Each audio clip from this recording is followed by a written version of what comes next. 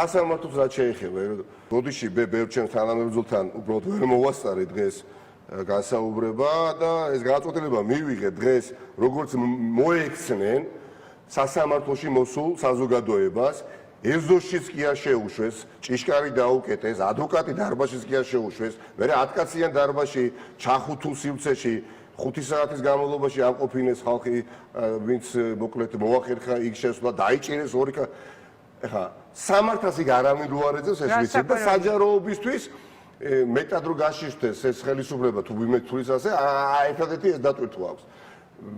ჩემ პროცესში არის 29-ში მე გადაწყვეტილება რომ 29-ში აქ აღარ მივიღო მონაწილეობა, არ მივიდე ფიზიკურად. ანუ არ მიხვალ სასამართლოში, რატო?